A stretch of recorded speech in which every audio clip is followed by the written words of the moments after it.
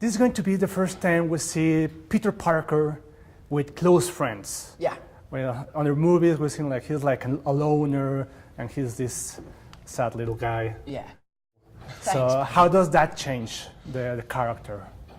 I think the biggest difference is it makes him more real, you know. I think he is very grounded in reality, and his friends are a really strong way of showing that, you know, because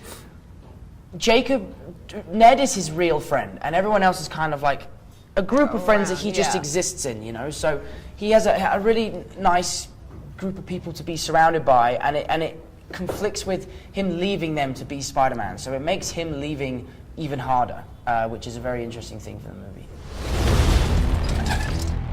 Can you summon an army of spiders? No, Ned, no. Do you know him too? Stole his shield. Can I try the suit on?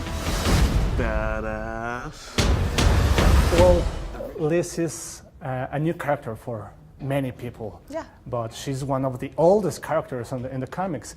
How do you expect people are going to react and to know her in this movie? I think it's interesting because Liz obviously wasn't one of the more prominent women in the comics, but she was there for a long time, and she has a really kind of long story arc in the comics. But I kind of started at the beginning reading them and seeing what I could about her character and doing a lot of research. And in the beginning of the comics, like, Liz was really mean to Peter. And we're not having that in this movie. So it was cool that Marvel and Sony and John Watts kind of gave me the freedom to change her and develop the character and work on her as I wanted.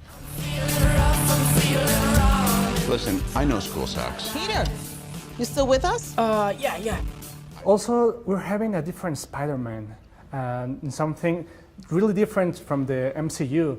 We all have all these adults with superpowers, but you're like, well, you're a teenager with superpowers. And the difference is the age, because both are trying to be good and do good things and deeds. So how's different for this character? I think the main difference really with his age is that he enjoys being Spider-Man. You know, if you give superheroes to a 15-year-old, they're going to have the time of their life. And I find with a lot of superheroes that are grown-ups, their powers come as a burden to them, you know. The other thing is that he's constantly like making mistakes throughout the movie. He doesn't really know how to be Spider-Man just yet. So the movie is really a learning curve for him, and it's a very interesting, different dynamic to a superhero movie that we're used to. Or a kid. This is my chance to prove myself. Peter, what is going on with you? I'm really sorry. I'm so busy. I'm slammed. We've seen many Spider-Mans throughout the years, and people are going to see the movie guys as the first point of comparison. But did you made a research with the comic books and the different Spider-Man throughout the decades to your character? Absolutely. The comics that sort of resonated with me most and that I used for my performance was the Ultimate Spider-Man comics. Okay. They're so modern and up to date with what's happening in the world right now, and for me it was just a really, really strong thing to follow. And I have so many screenshots of my phone from like lines that were written that I stole to use for the movie. So yeah. Any particular storyline in the Ultimate? I like the Clone Saga a lot. I think that's a really cool storyline.